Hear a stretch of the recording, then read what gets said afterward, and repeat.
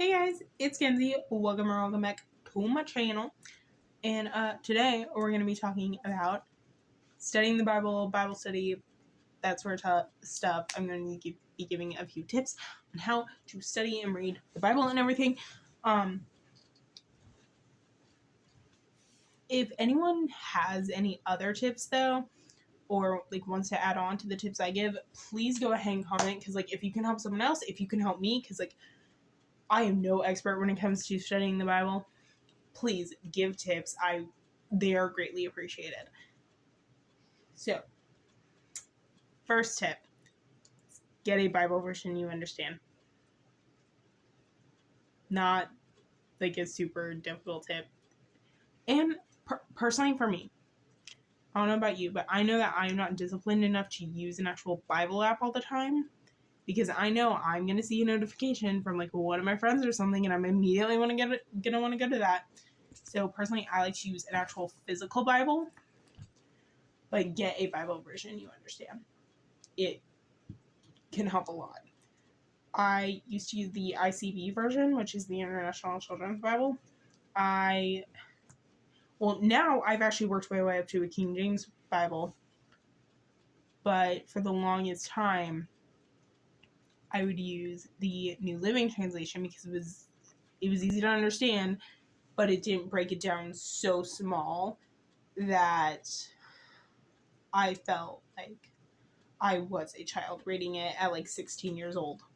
So get a version you understand, just not so broken down that you're oh my gosh, am I an actual child reading this when you're 22? So, but I like the New Living Translation. This one right here is actually a study Bible, and then this is just a regular Bible. These are both New Living, by the way. But yeah, that alone can help. Another tip, get a study Bible, because it can help so much. This one right here, this is the Girls Life Application Study Bible. And look at it, it's so cute. It's a little butterfly when you open it up. That's another tip, by the way. Get a cute looking Bible, a Bible that literally makes you excited to pick it up and read it because of how nice it looks. This one, so cute. It's a little butterfly. This one has flowers and plants all over it, and it's pink. I think it's pretty cute. This one has leather that looks like boots, and has a cool little the burning bush that God used to talk to Moses. How cool is that? I think this Bible looks pretty cool, and then the other two look pretty cute, so I like them. Anyway,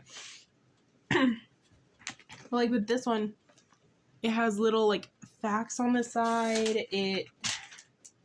It does these cute little stories that talk about people surviving certain situations, and just sort of helping you understand how certain things in the Bible relate to your life now, which I think is really cool and really helpful, especially if you're someone who's just getting into your faith or just starting it back up, if that makes sense.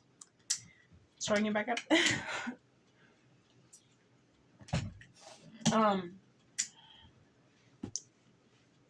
Next tip, I don't know if I'm on 2 or 3.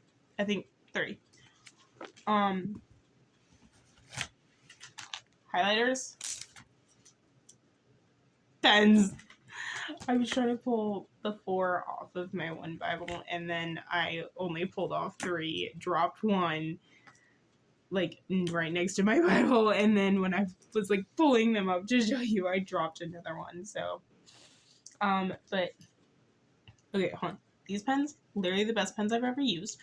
Love them. Literally make my handwriting look so nice, which is good because I don't have good handwriting. These are the Bic gel pens. Really good. I highly suggest buying them if you're allowed to use colored pens for whatever, or even if it's literally just for your Bible study, because I literally bought them for the intention of a Bible study. Yeah, these are helpful. I don't know about you, but sometimes if I'm looking at something and I highlight it, it's easier for it to get stuck into my brain, if that makes any sense whatsoever. Yeah, highlighters, pens, and make a plan as to what your highlighters, like highlight color, pen color, whatever, is going to represent. So when I first got this Bible and I was reading it and everything and like getting back into my faith, I saw a lot of TikToks about Bible journaling, and so therefore I thought it was something I had to do. And I thought I had to do it the same way everyone else did it. So I made a mess in my Bible. And obviously I'm not going to tear a page out. Like that feels so wrong. Like, I understand some people in other countries have to, but like if I'm able to freely have my Bible and everything, I'm going to keep it as well intact as possible. So I didn't want to like rip the page out or anything, which is actually why I ended up buying this Bible. So I'm actually going to show you how I do my own little Bible journaling and everything, and color coding. So this Bible I used highlighters on. Now this is, so like, these are the colors: blue, green, yellow, orange, pink, and purple. Yellow is stuck out or favorite. Blue is Lord's Prayer or Fruit of the Spirit. Green is salvation. Purple is stories, parables, or poems. So I could literally just highlight the entire book of Psalms or the entire book of Proverbs. Pink is all about forgiveness. And orange is verses on anxiety. So I'm gonna look at that. Yeah. That is this. And I bought this, let's say beginning of this year. I had this Bible for like a year, and then I didn't like the way that the front looked because I completely messed it up and everything, and I didn't like how bulky it was, so that's why I bought this one. And I'm actually going to show, okay, so I have a lot highlighted in the Book of Daniel because I was doing a little study on the Book of Daniel. Do you see how much I have highlighted? A lot. And that's the thing, like, again, highlighting things make it stick into my brain more.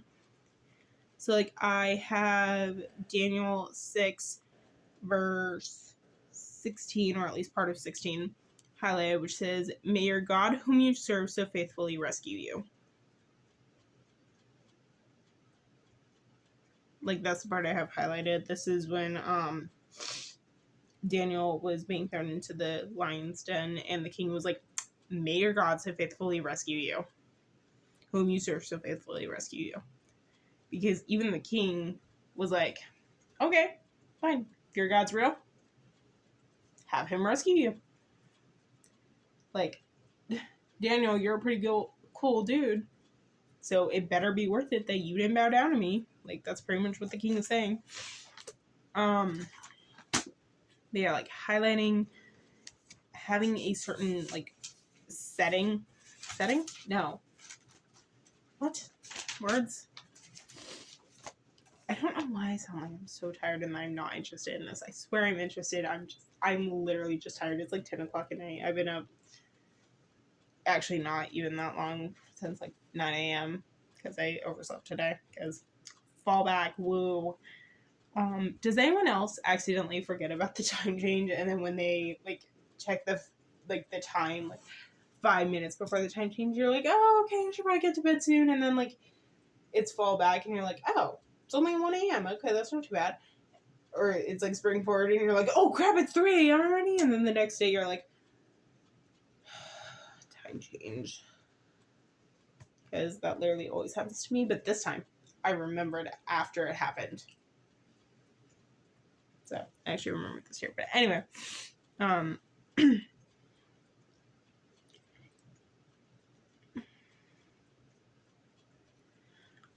literally having so much trouble focusing right now, and I don't know why. What was I saying? Oh yeah, I was just showing like the different things I have highlighted. I have Matthew 18:17 through 35 highlighted in pink because it's literally all about forgiveness. All about forgiveness.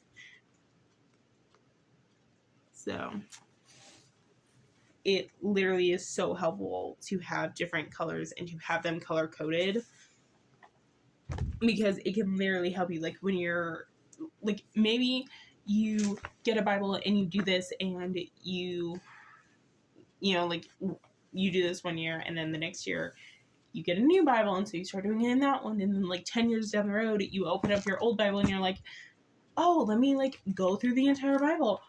Oh, hey, I have this highlighted in green. What did green mean? Okay, it means salvation. Okay. Sorry, I heard something weird outside my door.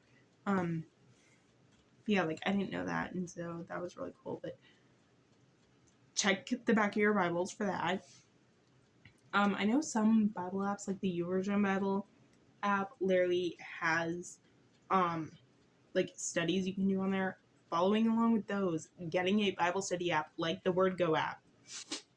Or I also use the Glorify app, which is, it gives you a daily quote and then a passage to read and then a devotional to go with that passage. And I really like that for if I don't actually have time to read my Bible that day. Like if I woke up late and I have work in like 2 hours and I have to shower and get ready and everything for work, I can quickly read that. Like it takes less than 10 minutes. It takes like 5. No problem. And I can quickly do that. And like on my way to work, I can read it really quickly because I don't drive. And like I can read it really quickly. It has like different sermons, I guess you can listen to. It has prayers you can listen to. So that's really cool. Different passages. Well, I guess not really prayers that you can listen to. I don't know. Actually, yeah, there are prayers you can listen to, but yeah. So, to break it all down, Bible version you can understand. Get a Bible that makes you excited to pick it up and read it. Highlighters, pens, notebooks. Do a study with other people. Bible study app if you are disciplined enough to be on your phone while you're doing a Bible study. What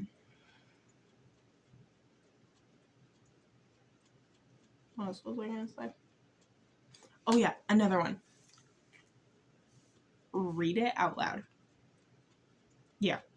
It's awkward, but you can do it. Like, even if it's just one verse. Like, you literally just open up your Bible and be like, okay, and they took their bones and buried them under a tree at Jabesh and fasted 7 days. Where am I? I'm in 1 Samuel. What the heck? That